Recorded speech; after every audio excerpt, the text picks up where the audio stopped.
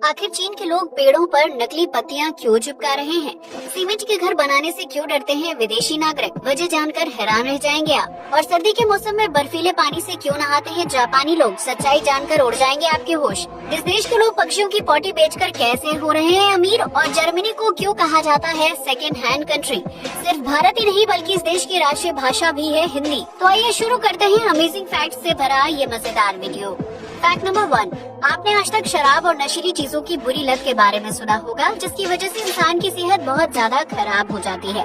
लेकिन क्या आप जानते हैं कि इंसान को सिर्फ शराब या नशीली चीजों की ही लत नहीं होती है, बल्कि बहुत से लोग खाने की लत से भी पीड़ित होते हैं। दरअसल आजकल ज्यादातर लोग फास्ट फूड, चिप्स और पैकेट फूड को खाते हैं, जिसमें MSG यानी मोनोसोडियम ग्लूटामेट नाम का तत्व पाया जाता है। इस चीज को सुअर की चर्बी से तैयार किया जाता है, जिसे खाद्य पदार्थों में मिलाने से उसका स्वाद कई गुना तक बढ़ जाता है। जब कोई इंसान उस खाद्य पदार्थ को खाता है तो उसे MSG को खाने की आदत लग जाती है, जो एक बुरी लत की तरह होता है।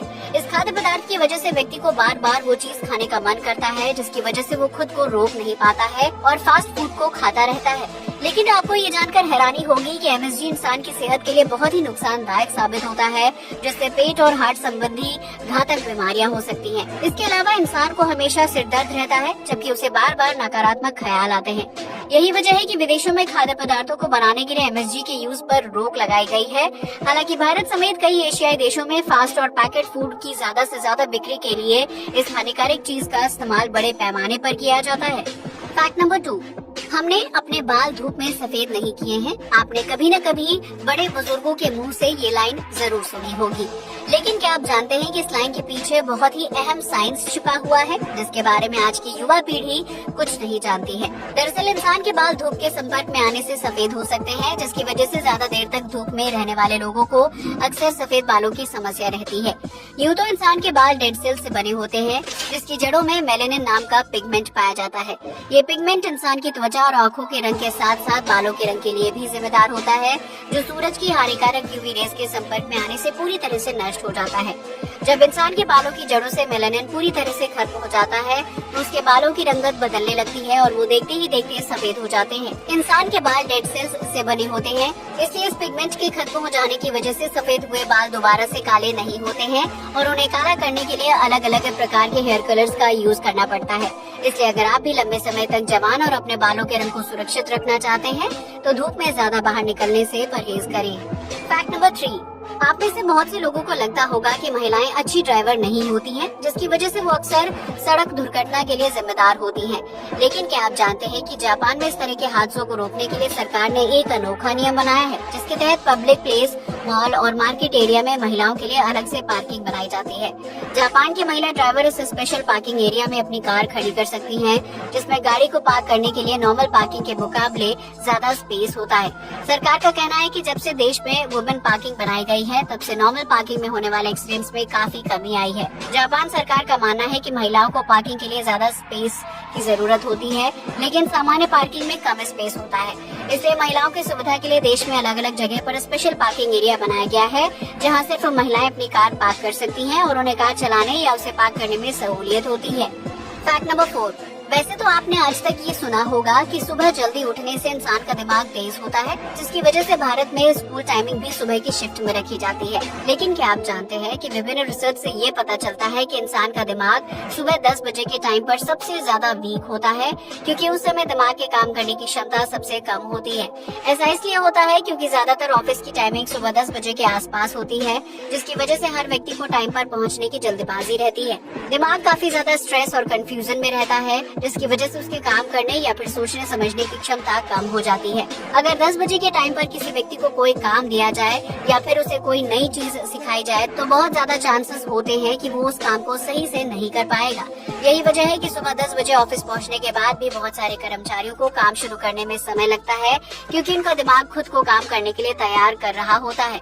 यूरोप के बहुत सारे देशों में स्कूल की टाइमिंग सुबह 10 बजे के बाद रखी जाती है, ताकि छात्रों को अपना दिन शुरू करने में किसी तरह की परेशानी का सामना ना करना पड़े। फैक्ट नंबर 5, ये तो हम सभी जानते हैं कि चीन किसी भी चीज की कॉपी तैयार करने में माहिर है, फिर चाहे वो पेड़ की पत्तियां ही क्यों न हो।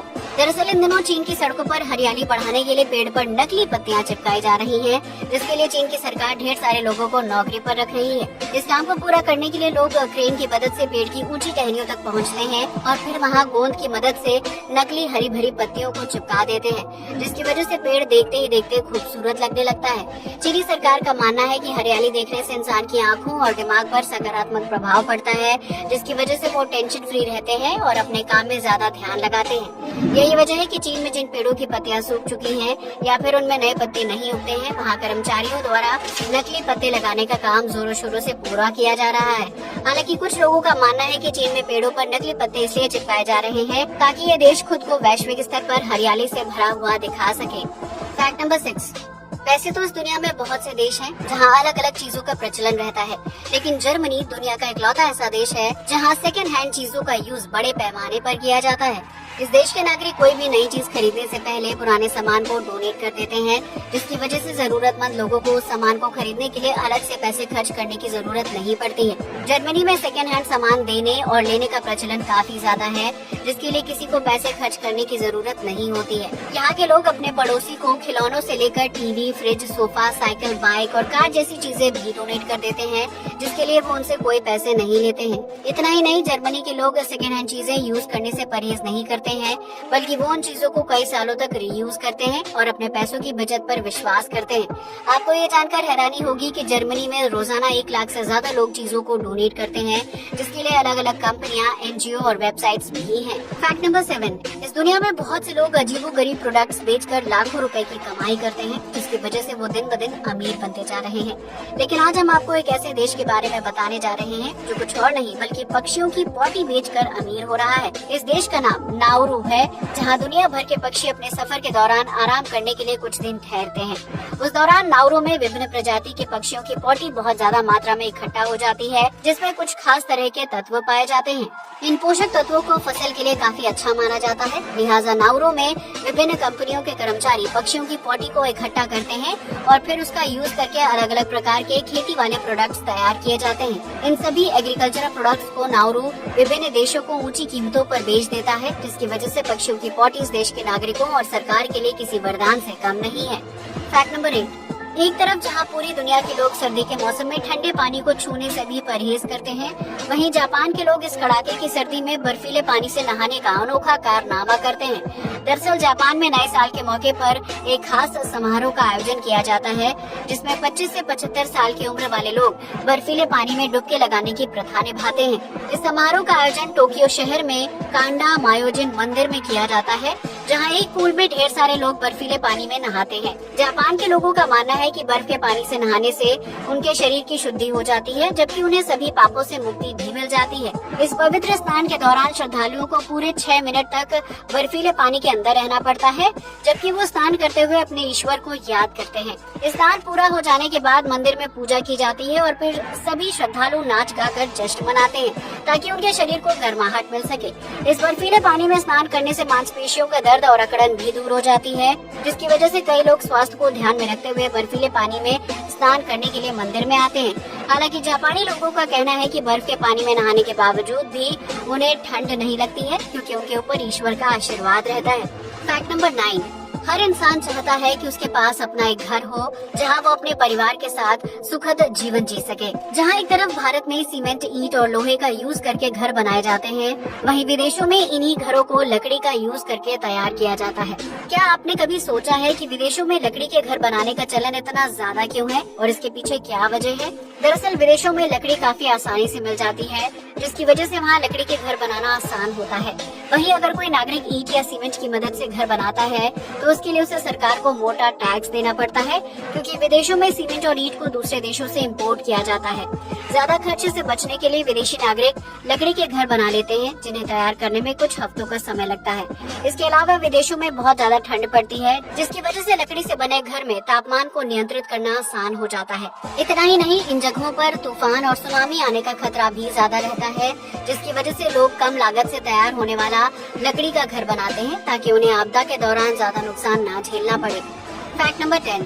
एक भारतीय होने के नाते आपको ये अच्छी तरह से पता होगा कि हमारी राष्ट्रीय भाषा हिंदी है, जिसकी वजह से सरकारी और आधिकारिक दस्तावेजों में हिंदी का यूज किया जाता है। लेकिन क्या आप जानते हैं कि दुनिया में एक ऐसा देश भी है जिसकी राष्ट्रीय भाषा हिंदी है? जी हाँ, आपने बिल्कुल सही सुना। इस देश का नाम फिजी है, जहाँ आधी से ज्यादा आबादी आम बोलचाल के लिए हिंदी भाषा का यूज करती है। दरअसल फिजी में मुख्य रूप से हिंदी, अंग्रेजी और फिजियान को राष्ट्रभाषा का दर्जा दिया गया है, जिसकी वजह से यहाँ के दस्तावेजों और आधिकारिक कार्यों में हिंदी भाषा का इस्तेमाल होता है। अब आप सोच रहे होंगे कि आखिर फिजी के लोगों को हिंदी भाषा का ज्ञान कैसे हुआ? तो हम आपको बता दें कि इसके तार ब्रिटिश काल से जुड़े हुए हैं। कहा जाता है कि जब अंग्रेजों ने भारत पर कब्जा किया था तो उन्होंने कुछ भारतीय किसानों को गन्ने की खेती करने के लिए फिजी भेज दिया था। उन किसानों ने कई सालों तक फिजी में खेती की और वहीं बस गए, जिसकी वजह से उनके साथ काम करने वाले दूसरे फिजी मजदूरों ने भी धीरे धीरे हिंदी बोलना शुरू कर दिया था। इस तरह फिजी के किसान गन्ने की खेती करने के साथ साथ हिंदी भाषा बोलना सीख गए थे, जो वर्तमान में इस देश की राष्ट्रीय भाषा बन चुकी है। आज के लिए बस इतना ही। जय हिंद दोस्तों।